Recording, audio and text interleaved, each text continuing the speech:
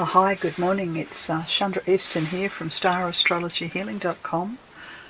Wanting to speak to you today about the transformational times that we're living through, known esoterically as the Great Change. I'm an esoteric astrologer and I've worked in exploring and penetrating and uncovering the mysteries of the ancient wisdom of this art for many decades.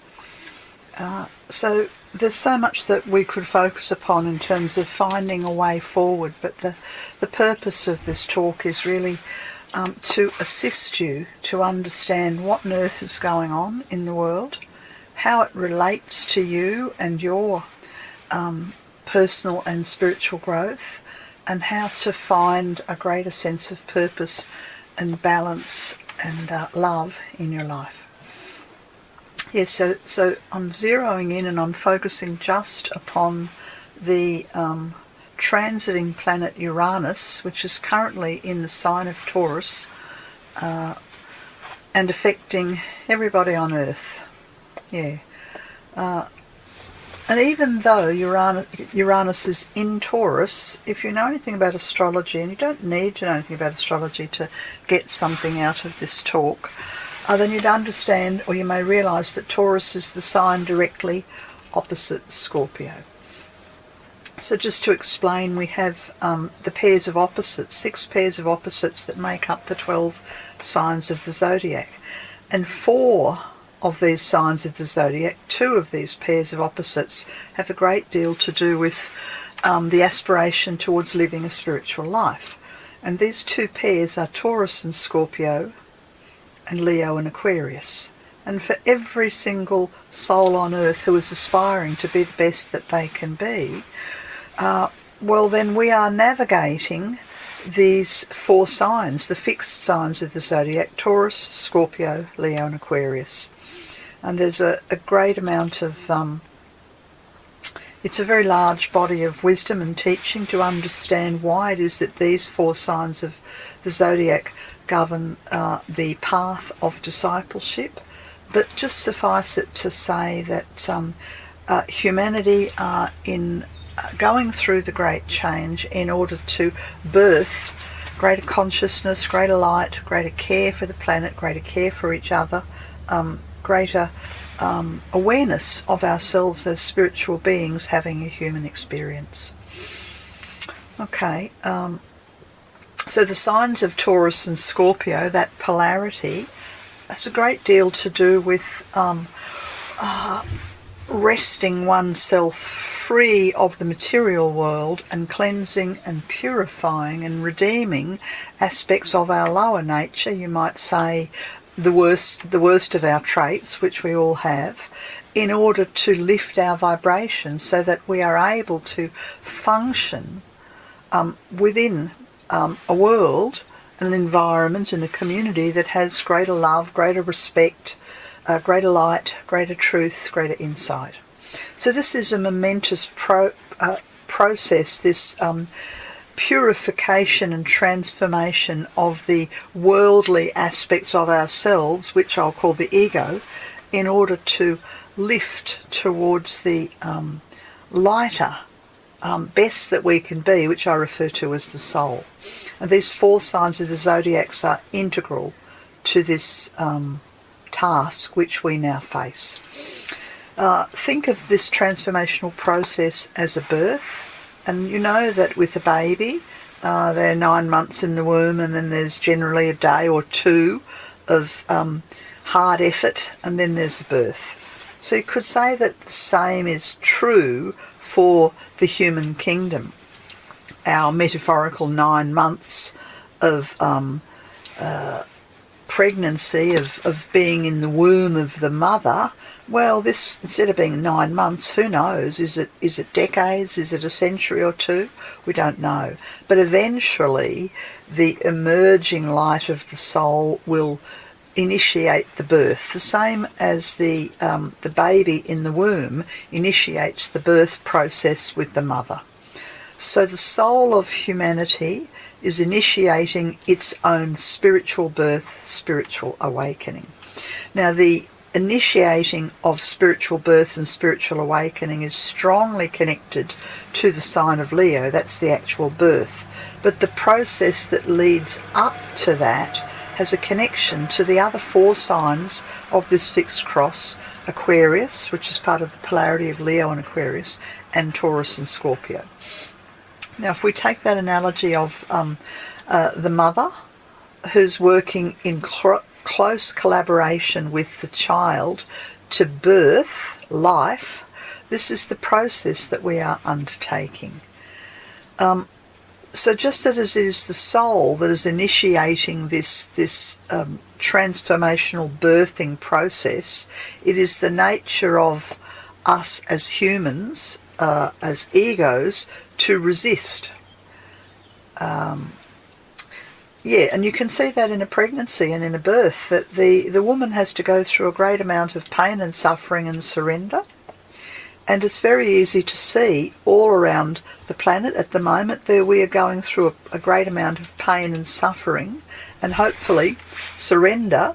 And what I mean by surrender is not giving up, but rather understanding and therefore accepting and cooperating with this process of leaving behind that which we have outgrown.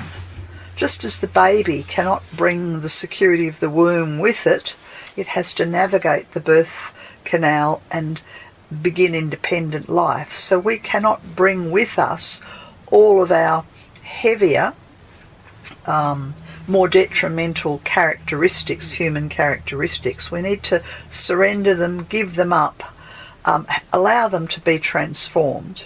But in order for that to happen, we have to realise what they are. What are these heavier aspects of our human psyche that are weighing us down and holding us back and blocking the door to spiritual growth and spiritual awakening and spiritual birth? Okay, so just to sum up there, what I've been speaking about is the fact that the purpose of this tremendous upheaval on Earth is for grace. For you, for me, for all who want it, for a life that is lived more fully, with greater love, greater respect, as we enter and move forward into this new century. Now we are in the second decade of this new century. Don't know how long it's going to take before a sufficient number of humanity have taken this mighty leap, this spiritual birth. Will it be another few decades? Will it be 100 years, 200 years? We don't know. But all we know is we are in this process of spiritual awakening, transformation, leading to the birth of the Christ within the cave of the heart. And what I mean by that is your Christ self, the best that you can be, the wisest, most compassionate of yourself, is striving to emerge and take charge of your life. Now, the planet Uranus moves through Taurus, and I'm just going to look it up here because I can't quite remember the dates. Yeah, Uranus entered into Taurus in March 2019. And it won't completely leave the sign of Taurus until April 2026. So what have we got there? 7 years? Roughly speaking, 7-year period. So we have a 7-year period of hard labour. A 7-year period of great effort on the part of the soul to free itself from the heaviness and the darkness that is our unredeemed, unconscious ego. Now, those aspects of my ego and your ego, they've been collected and gathered and created throughout this lifetime, through previous incarnations. They have accumulated over a great period of time. So what happens here is that over this 7-year period, we have a battle. We have a battle for the control of your incarnation, my incarnation, the control of what is it that is in charge in your life. Is it the light or is it the dark? What is it that's in charge of our nation's life? Is it the light? Is it the dark? What is it that's in charge of the human life on Earth? Is it the light? Is it the dark? So 2019 to 2026, this is a period of momentous healing. And just as a woman giving birth may not experience it at the time as healing, but often when looking back, she will forget the pain and she will remember the grace and the beauty and the love that comes.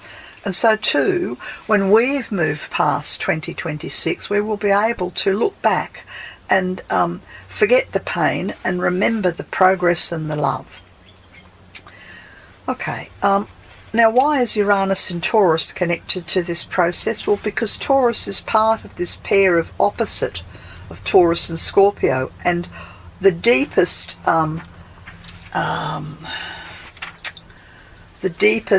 shadow aspects of our personalities are stored in the sign of Scorpio.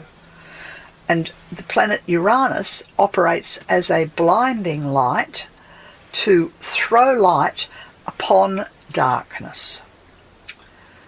You know, we don't all know what it is that we have buried in our unconscious, in our subconscious, because it's in the darkness. But Uranus is throwing light, electric light as it turns out, to reveal what is there if we're willing to look. Now, of course, the issue here is that here on Earth we have free will, and we could choose to not look. We can choose to blame, we can choose to condemn, we can choose to point fingers, we can choose to carry on regardless, we can choose to ask for life to go back to normal, or we can look very, very deeply at what it is that is being revealed in our own shadow, in our national shadow, and in our human shadow, and find a way of having that move on. There's no point having one's unconscious revealed momentarily to then have it buried again. We need to lift the darkness into the light. So the purpose of Uranus opposing the sign of Scorpio is to lift our individual, national, racial, collective darkness into the light.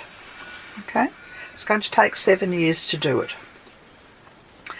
Now, what does it mean when Uranus is in Taurus? Well, this is another very big subject, which I will just touch upon briefly. Just suffice it to say that the sign of Taurus on a practical, on a worldly level, has a great deal to do with conflict, a great deal to do with being thrown backwards and forwards, warring parties, yeah? And the purpose of conflict and warring parties is to find harmony and peace and balance. Yeah? So how we experience Uranus, the light of the heavens, the light of soul and spirit, shining upon our conflicts, is initially the opposite of harmony. It's very destabilising. My God, there's a problem here, there's a problem there. Everywhere we look, there's a problem. So we are being shown, this is a grace, that we are being shown what it is that needs to be healed and cleansed and purified so that we can move to balance, move to perfect peace, move to perfect poise. Now, the sign of Taurus has a great deal to do with our attachments to worldly matters, be they bodies, money, houses, jobs, income, land, national, political boundaries, possessions, one might say.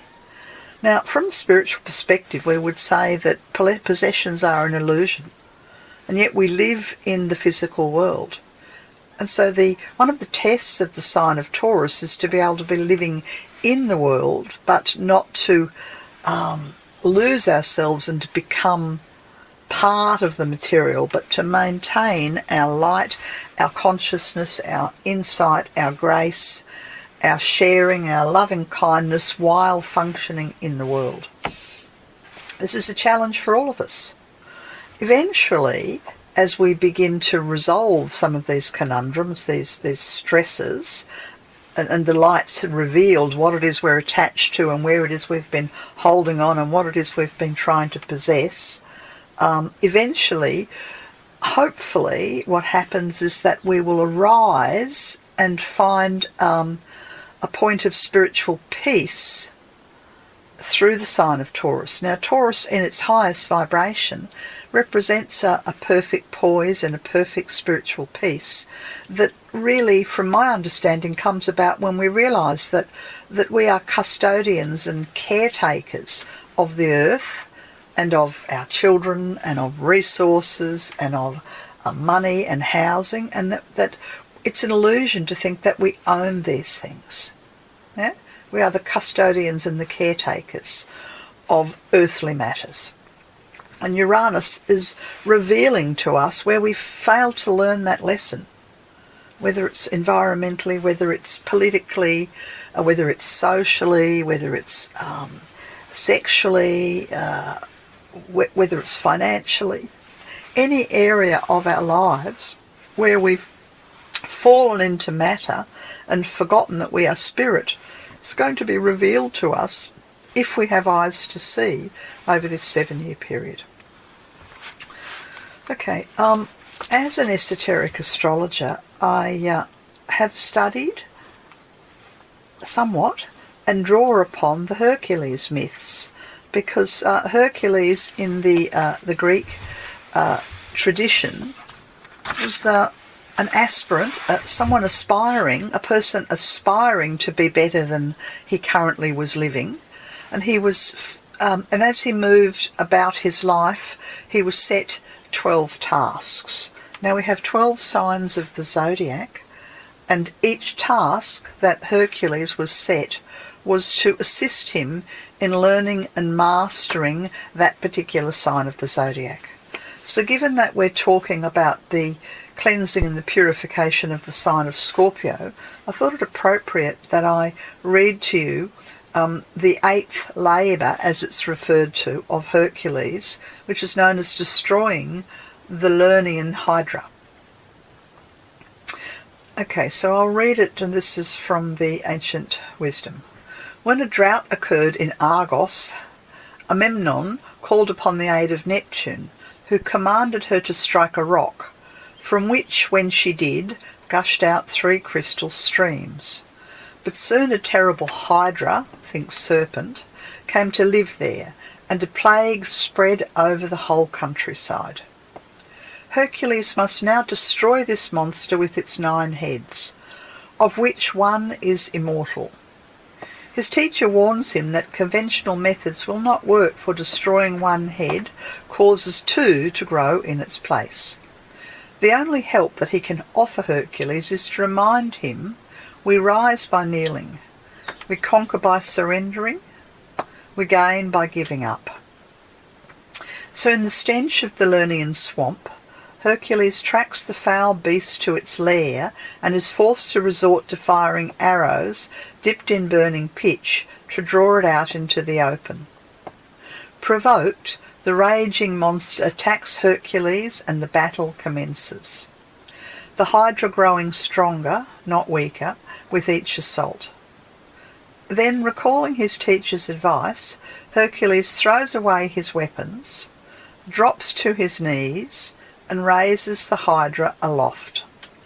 In the pure air and sunlight, the monster loses its power and its 9 heads drop lifeless.